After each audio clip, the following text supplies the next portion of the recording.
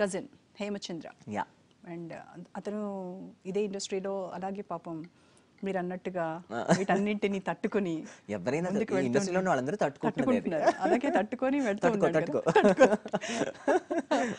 Okay. So మీ ఇద్దరు కలుస్తున్నప్పుడు అంటే ఎక్కువగా ఎలాంటి టాక్స్ వస్తూ ఉంటాయి ఇద్దరికి? మే ఇద్దరం కలిసినప్పుడు అసలు వీటి గురించి మాట్లాడుకోం.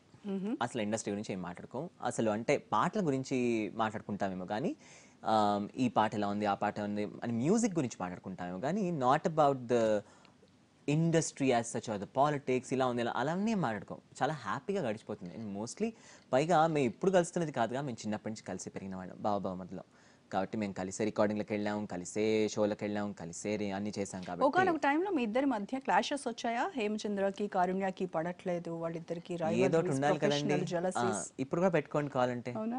ఇప్పుడు కూడా పెట్టుకుంటే అవును ఇప్పుడు మా ఇద్దరికి పడట్లేదు. Breaking news. బ్రేకింగ్ న్యూస్ అనమాట. పడేయాలి మరి. సో నేను కావాలంటే బయట ఇస్తా మీకు.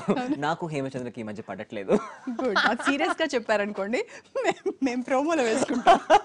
I can't even finish that sentence. And we are very different people. అంతవరకు నేను చెప్పగలను.